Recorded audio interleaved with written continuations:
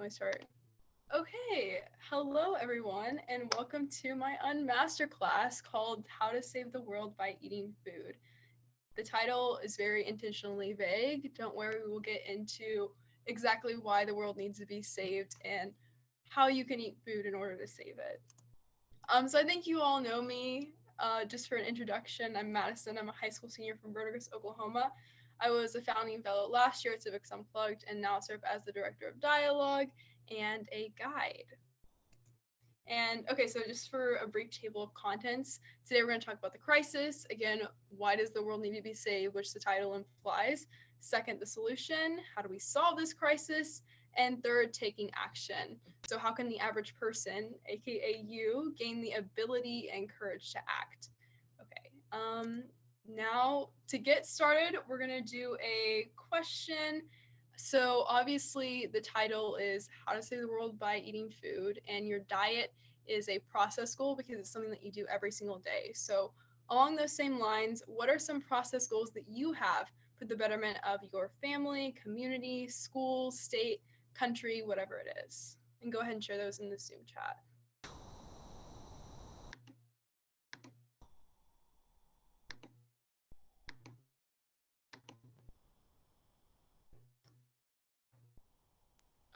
Does this have to be in relation to food? No, it does not. Gary's trying to visit his parents multiple times a year. We're in touch with the local community. It's awesome.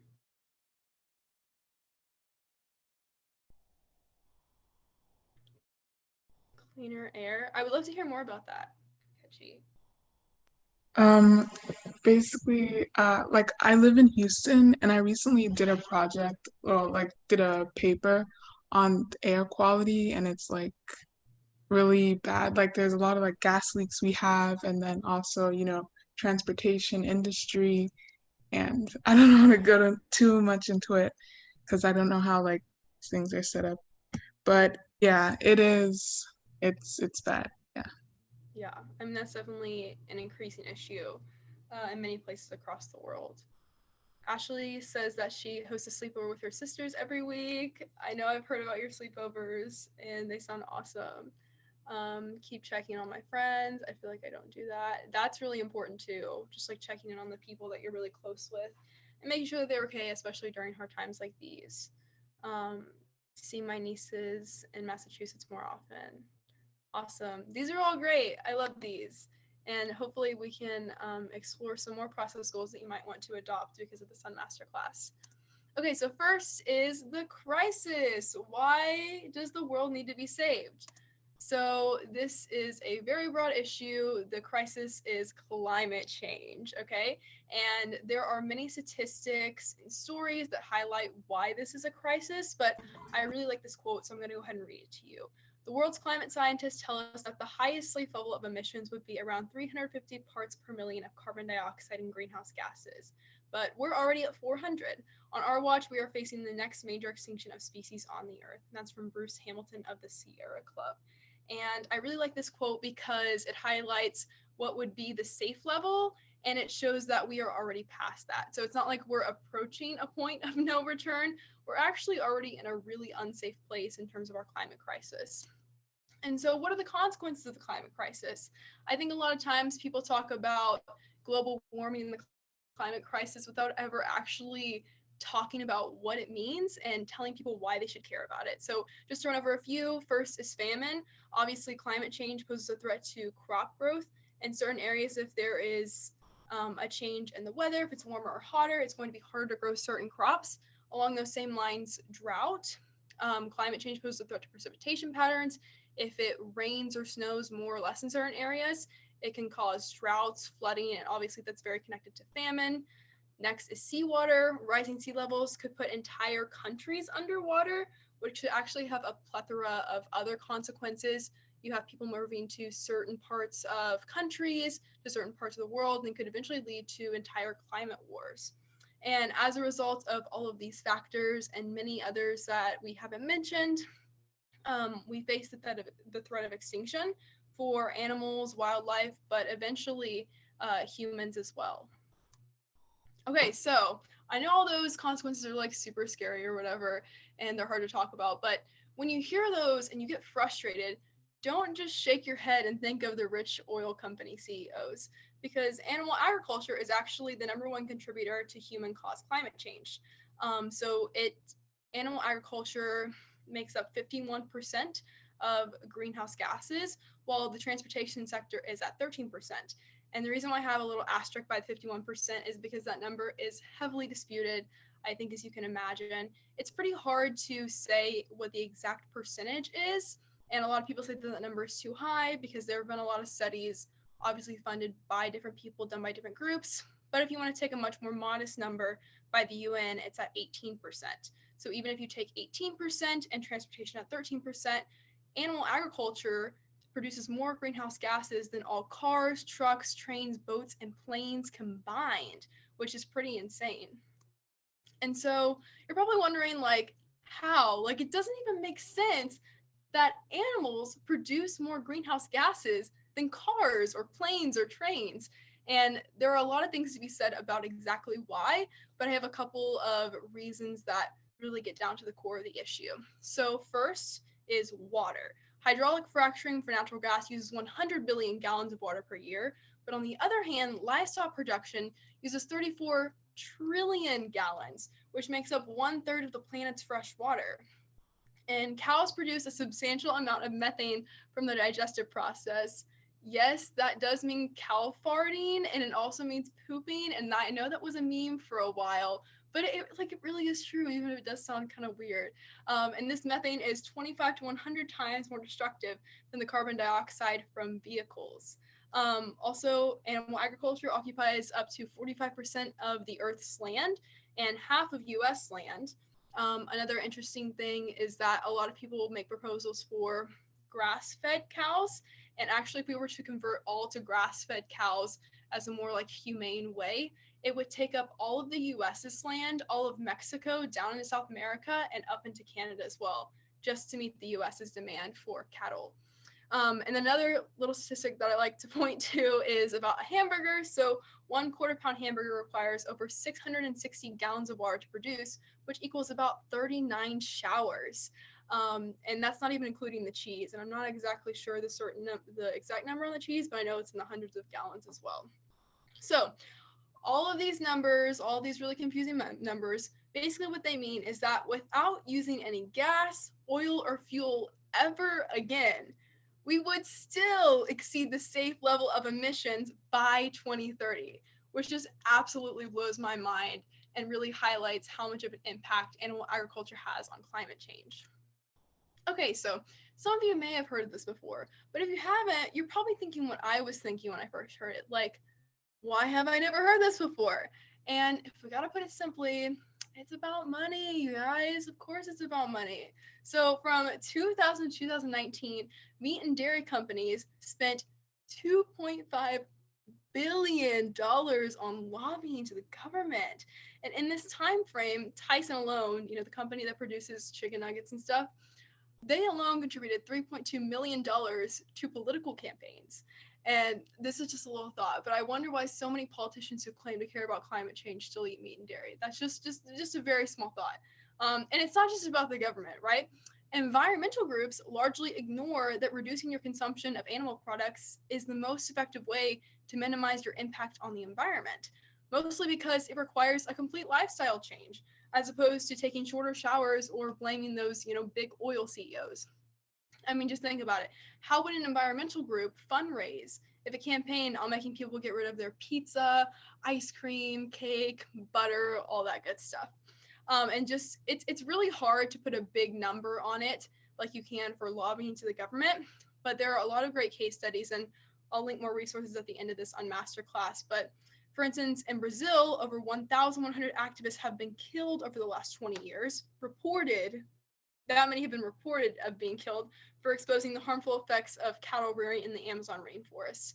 And again, it's not just in Brazil, and it's not that extreme in other places around the world, but it is largely ignored by environmental groups. And an analogy I really like for this is it's like health organizations trying to end lung cancer without addressing cigarette smoking. And so that's pretty cool as well. Okay, so now I just laid a bunch of statistics on you all. So would like to hear which statistic or fact was the most surprising to you and why?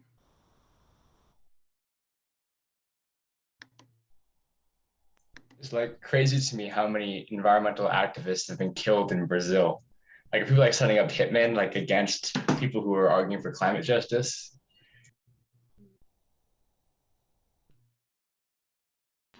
It's a great call out, Jacob, because you normally just think of like veganism and whatever, but just like I don't know, like soft, like oh, I'm just doing this, like I mean, I guess you don't associate it with like gangs and like hitmen and it just makes it so much more real.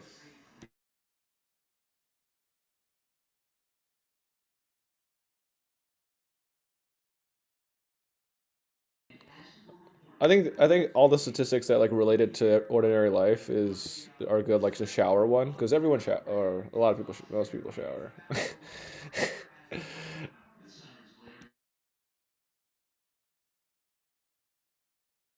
Yeah, Nick said the methane from cows. Pretty crazy. All right, we can go ahead and move on if there's no more responses. To the next section, which is the solution. And you all are smart. You may have already started to think about what a solution might be. So, to put it simply, animal products are killing us and our planet. And there's a lot to unpack from that statement. The killing us part, especially in terms of health, I don't really get to dive into in this presentation, but I'll get to talk about it a little more later. But it's really apparent from those statistics that it's killing our planet, which could eventually kill us. And so, some more statistics to put it into perspective. So, um, farmed animals consume 135 billion pounds of food daily, while the entire human population only consumes 20, I say only, but that's still a lot, 21 billion pounds of food daily. Another one is 50% of the grains and legumes we grow worldwide are fed to animals, while there are over 1 billion people starving in the world.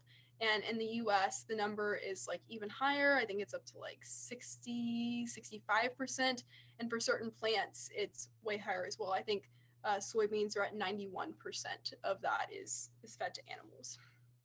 And on 1.5 acre of land, you can produce 37,000 pounds of vegetables, but only 375 pounds of meat, which it's pretty evident there how unsustainable the practice is. If you can, you know, produce so many more, thousands of pounds of vegetables while only eating 375 pounds of meat. So here's the big reveal. You have the power to save the world. And it starts with not eating animal products. And I say starts not eating animal products. I'm not just like trying to be like an obnoxious vegan here or whatever. Like, I know that it's not realistic for everyone, that it's, especially if you're like a kid. I don't know what I would do if my parents didn't let me like buy lentils and stuff and make my own food. It can be very hard. And I also say it starts because a lot of people's criticism about people who go vegan for environmental reasons, or who make even documentaries about environmental reasons in veganism, is that it takes the focus off of fossil fuels. And so don't mistake this presentation for me saying that fossil fuels are not like extremely damaging to the environment. That still is the case, but it would be silly to ignore the number one contributor to climate change when we have the actual agency to make a huge impact. And another thing that people say is that, to make any impact, it would take a very large coordinated effort, and an individual can't make a big change. But for an issue as large as this, individual actions have a huge impact. So this, keep in mind, per day, every single day that you do not eat meat or dairy products, any animal products, you are saving 1,100 gallons of water, 45 pounds of grain, 30 square foot of forests, 20 pounds of CO2, and one animal's life. I'll be honest, like the animal's life is like the cherry on top for me. I know, okay, like it can sound bad, but like I obviously didn't go vegan for animals, and it's just like an added benefit, I think. And not to say that like I don't like animals or whatever, but it's just like that's not why I went vegan. So it's an added benefit for me. Okay, so 3, taking action. So going vegan is not easy. I'm not going to sit here and say it is. You're reversing a lifetime of dietary habits, or even vegetarian as well. But it sure can taste good. I've really gotten into cooking since I've become vegan. I remember last summer for summer camp, I really wanted to try cooking more, and it was just hard when there was always options. Like my mom was making food and there was stuff in the pantry, in the fridge. But being vegan is a very good forcing function, because if I want something like donuts or cake or a steak, as you can see there, I have to figure out a way to make it on my own. And you can actually find basically a vegan version of anything. Like, think of your favorite food and look up how to make blank vegan, and you will find it on there. I promise. I mean, you can even, as you can see, you can get Starbucks, boba, literally whatever you want. Okay, so a next question is, if you are interested in this, even if you don't want to go fully vegan, what are some vegan dishes you would want to try? Want to hear that? You can just like say it out loud or say it in the chat, whatever you want.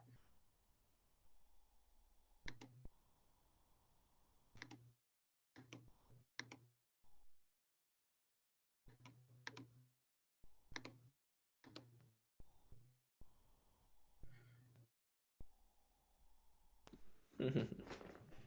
3D printed steaks, the vegan steak. The steak was made out of a mushroom, actually, a portobello mushroom. Vegan Korean barbecue. I have seen that. I've seen that you can make barbecue out of mushrooms as well. I was gonna say jackfruit barbecue. I've seen that. I haven't tried that. Yeah. Yeah, I've tried it. It's pretty good. I haven't ventured into jackfruit. I have chicken made out of mushrooms a lot. Yeah. You know, and then of course tofu.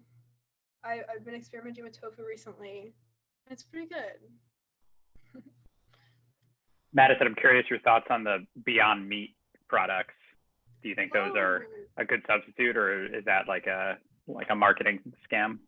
Oh no, I think that they're amazing, especially for burgers, because sometimes I've gone to places and gotten like vegan burgers, and what they do is they basically combine like black beans and a bunch of vegetables, and then you can like see the pieces of corn in the patty, and it's like I don't want to be reminded that I'm like eating vegetables in this burger. And so the Beyond Meat actually mocks the texture and the look of meat, which is really great. So I prefer it. All right, awesome. We can go ahead and continue. Okay, so I know that, you know, we've covered the environmental reason, but there are actually quite a few reasons why people decide to go vegan. Environmental is the reason why I started, you know, all those statistics, and it's the reason why I keep going, you know, for my future, for my kids' future, for my grandkids' future. It's just so important to me that we have a planet that we can live on. Next is for health reasons. Actually, I kind of got into this rabbit hole after I became vegan. Vegan diets, obviously, when you're eating less animal products, you're eating more fruits and vegetables. And because of that, it's actually a lot of people who go vegan for health-based reasons call it plant-based instead of using that vegan label. And plant-based has been proven to reverse chronic diseases, majorly lower people's cholesterol levels. I mean, there's so many insane benefits, and I will leave some resources at the end if you want to explore that reason as well. And then again, animals, which is the typical reason that like thing that people associate veganism with, which I think is kind of a shame, because to me it's the least compelling reason. I mean, killing animals is bad, but again, it's just like, what's more compelling, like animals or like your future and your health? So again, as I said, it's just kind of like the cherry on top for me that I don't have to kill animals to eat a meal. Okay, so if you are like interested in like maybe exploring being vegetarian or maybe vegan or just like less animal products, I have some like quicks, like do's and don'ts tips. Obviously, I'm not an expert at all, but here's just some things that I've learned from like my transition. First, the most important thing I think is to find your why, like out of those three reasons or anything else, because I mean, it's hard like when you're around people and they're eating, you know, cake or pizza and you can't eat it. So you have to find a why that is strong and compelling enough to where you will be able to resist things that you know that you really don't want to be eating. Next is do your research before. Obviously, when you're completely changing your diet, you can't just like take things out and fill it up with the things you like were only sometimes eating. You're going to have to introduce new kinds of foods, and you're going to, have to cook in new ways, which actually is so much fun. Like, I have explored so many different kinds of foods that I never would have even touched before. And like I said, I've learned to cook a lot as well. And it's been like such an enjoyable experience. Another one is to track your nutrients. A fun fact actually is that most people who live on an animal-based diet are deficient in 7 nutrients, and people who live on a vegan diet are on average deficient in 4 nutrients, so actually less. But it is super important because your body relies on things like B12. I have B12 right here that I supplement. This is like $5 and it lasts you like months. And then there are like foods that you can have with nutrients like that, but I just don't like to think about it. I just like to pop a vitamin in the morning. Also, find substitutes. Tofu's great. You can find like freezer substitutes of literally anything. I have vegan meatballs in my fridge, vegan ice cream, vegan cookies, or whatever if you don't want to cook something. And then the last one is like learn how to cook. Like it'll just make things so much easier. Don't focus on like I can't. I was like very intentional with the wording of this Unmasterclass, like how to save the world by eating food. It's about what you can eat, not about like what you can't eat. It's all about the mental model. Like I get to explore all these foods that I never would have, tried before. It really can open your horizons if you let it. Don't only eat processed foods. Again, it's just like you can eat a lot more like fruits and vegetables. It can be a lot healthier for you. Obviously, Oreos are vegan, so if you just sit and eat Oreos all the time, yeah, you're being vegan, but is that very healthy? I mean, probably not. And then you face the risk of like it makes me feel bad, and then wanting to switch back. Don't be lazy. I mean, that can mean a number of things, like don't be lazy and, not track your nutrients or not do research and just like kind of like on a whim make a decision, because again, that's not sustainable. Another don't pressure others. Like, it's just like, I mean, you all know, like there's a reason why vegans have like a terrible stereotype. It's like they just like they nag at people and they're like, you need to do this, you need to do that. And that's just not appealing. Like people want to come to a decision on their own. And then another one I've kind of mentioned is like don't transition overnight. You're going to have to make a slow transition or else it's not going to be sustainable. You have to get used to, the food you're eating. Okay, so now for some resources if you want to go deeper into this topic. All these resources cover the 3 different reasons why you might want to go vegan or vegetarian. So Cowspiracy and Seaspiracy are both about environmental reasons. Seaspiracy is specifically the fishing industry, which also goes into some human rights issues, so that's super interesting. Game Changers and Forks Over Knives are both about health reasons, so again, if you're wanting to look into plant-based living, and Live and Let Live is about animals. YouTube channels, Plant-Based News is everything health related to veganism, and then Goodful is some really good recipes, as well as Rainbow Plant Life, and Earthling Ed, he is an animal rights activist, so again, that's more on like the animal side. And then of course, me, I would absolutely love to help any of you, even if you just like want to try and make a dish, or maybe vegetarian or vegan, like Slack, email. You Slack me, ask me for my phone number, we can FaceTime, call, whatever. Like, would love to help you in any way possible. And so now it's like time for breakout, but we have a pretty small group, so I think that we can just talk about this together. So the first question is, well, I don't want to have to screen share during this, so I'm just going to put it in the chat. Okay, so the first question is, did this Unmasterclass, I'm not trying to do this in a pushy way, I just really want to know, did this Unmasterclass make you want to explore changing your eating habits? Why or why not?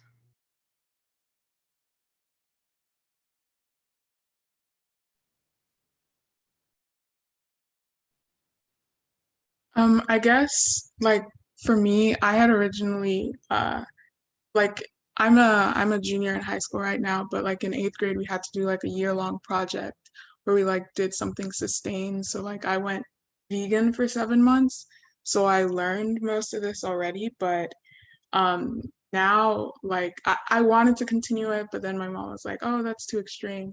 So like now I'm vegetarian. I do plan on going back to it like when I'm buying my own food, but I guess it's sustained encouragement to do that later. That's awesome.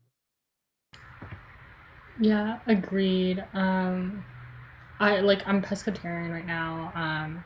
But yeah, I was basically vegan when I studied abroad, and so I am excited to kind of explore that again when I am not living at home.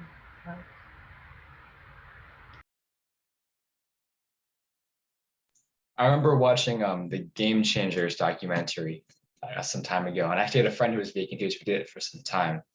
I think it was really important for me to see like that there are some athletes out there that are vegan, not just like hippies. And so I do kind of want to get back into it now. I remember I went for a stint last year where I didn't eat any mammals, and I went full pescatarian, but I never made it full vegan. So I just need some more recipes to check that out.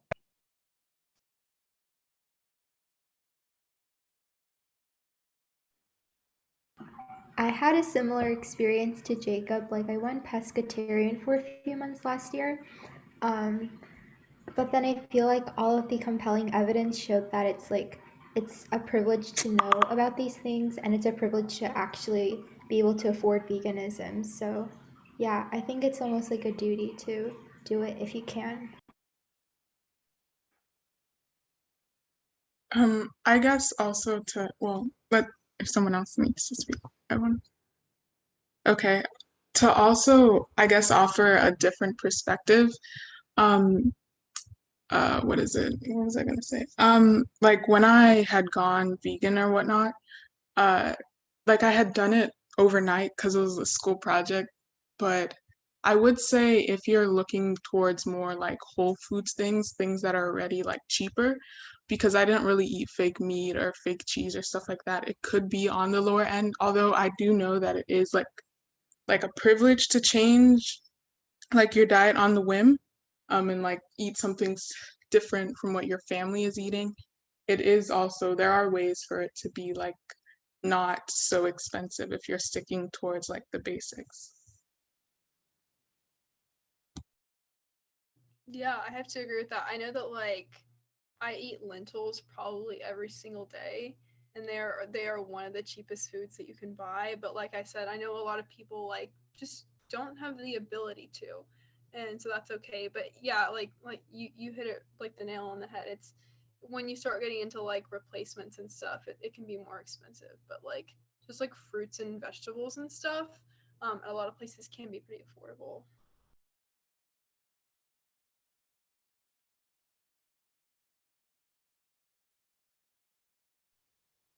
And I guess one other thing that I want to bring up, slightly, I don't know, one of the sources, like Seaspiracy, I do know like that the documentary did have some outdated information in relation to like um like the fishing industry now looking at like old uh I guess reports that were deemed not accurate, but obviously I do know like the fishing industry and like there are bads within it, but just to clarify, there are some like outdated information. So if you do watch it, like just make sure to research on your own as well.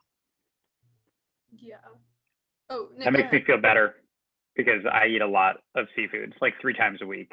I'll eat like salmon, tuna, sardines, like one of my main protein sources. So I appreciate you saying that. So down with Seaspiracy. Yes, that's the takeaway, Nick. Nothing. That's my takeaway. Nothing in the documentary is relevant. Yes. No, completely flawed. Yeah, and it's a similar situation with a lot of the statistics that I showed here today. Obviously, not everyone agrees with them. A lot of people have contest them for good reasons. Sometimes good, sometimes not so good. But yeah, all of them should be taken with a grain of salt for sure. All right, so I do remember back in California, there's this restaurant called Soup Plantation. I don't know if any of you guys are familiar with it, but it was like an all-you-can-eat buffet, but it was all vegetarian. Besides like a couple of things. And it was super popular too, actually. Like all of my friends used to love it. You see all of our teachers there too, because it was so popular. Unfortunately, they recently closed because of the pandemic, but I feel like we need more places like Soup Plantation to make vegetarianism and veganism cool and accessible, because sometimes it's kind of hard to find like a niche vegetarian or vegan place. Yeah, just that. Yeah, I think that definitely depends on where you live, right? It's like it's cool in LA and in parts of Manhattan and New York, but in a lot of other places, it might be really hard to find that stuff. yeah, I was gonna say like I live in Texas and I know if there are, well, I live in a city, Houston, but like if there are places that like sell, specifically vegetarian or vegan food, like the price is just like it's not comparable to like other places that might, I guess, sell meat and all that stuff. Like it'll be higher. But yeah, I feel like in places maybe in like California, since it's like so widespread, you might be able to find other things, but like lower priced ones, but not where I live so far. Yeah, I want to add also, partially because they're super close, like California Central Valley, where all the food is grown, but like Soup Plantation only costs like $12 for as much as you wanted, and like you go like with the entire family for a really good price. So I think like the accessibility is what makes it so hard. Like, is it popular? Is it available? Like, is it close?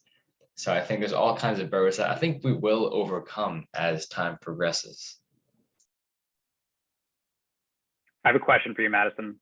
As someone who grew up and still lives in the heartland and in a state where like beef production is like central to the culture there, have you found it difficult to not partake in that culture? Does it make you feel like an outsider amongst people around you? Yeah, I mean, it definitely does. I'd say Tulsa, Oklahoma is probably, I'm not, okay, not Tulsa.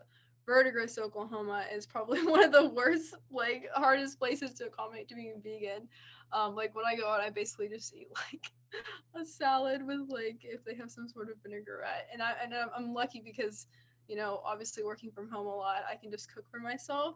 And I'd say it's, like, hard to, like, resist the temptation like when you go out to eat most of the time or like when I'm at a friend's house, but it's I think it's less about like me and it's more about like other people. Like sometimes I feel like my grandparents like want to disown me because I stopped eating meat and milk. Like I'm serious, they make comments. My grandpa's like, your hair is gonna fall out and like you're not gonna be healthy. They're like, they just think they think all sorts of things. Like I said, I'm really lucky that my mom like lets me kind of like do my own thing with my food, but otherwise it's just like so ingrained into the culture and people don't even know what it is here. Like I just have to like I have to go to restaurants and say I don't eat meat and I don't eat dairy. Like does it have meat or dairy in it, So it's been a pretty interesting experience. How would you handle it if you went to a friend's house for dinner and they were serving like a ribeye steak and that was like the only option? How would you handle that? I mean, I just probably like eat before. That's what I do sometimes. Is like if I'm going somewhere, like I just eat before. They're like I usually have like some sort of like side dish, like they have like green beans or something. I don't know, like just eat side dish.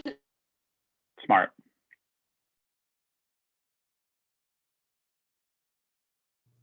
Right, I have like another discussion question. I can just pose like I feel like we've kind of already talked about these, but if you all want to answer them, go ahead. How did this Unmasterclass change your mental models of veganism, to use some fellowship language? And what surprised you most during this Unmasterclass?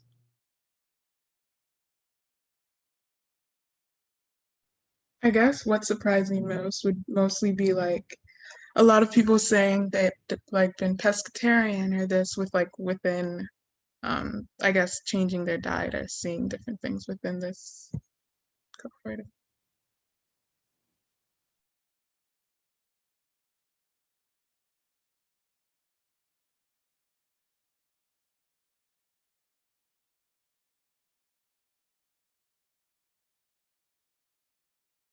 From my experience, I feel like one of the primary arguments for veganism is always like saving animals' lives.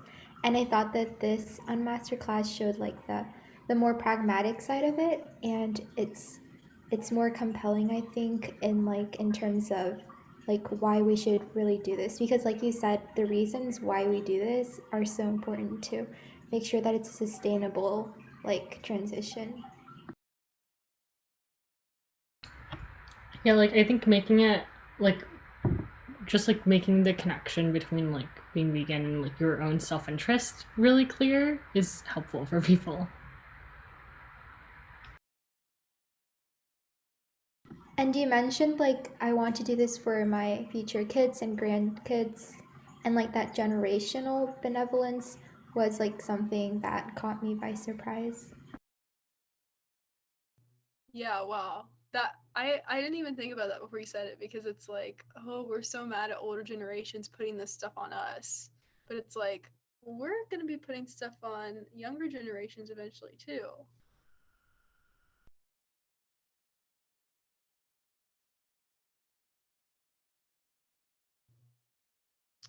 All right. Any final thoughts before we wrap up? Okay. I really do appreciate you all coming and listening to me and everything.